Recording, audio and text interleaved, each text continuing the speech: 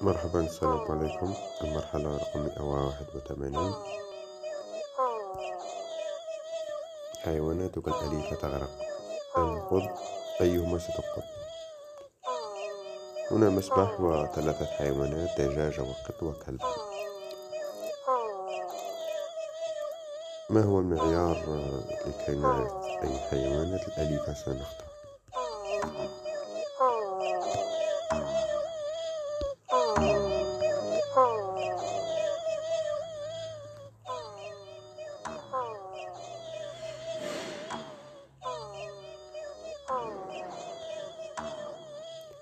الحل هو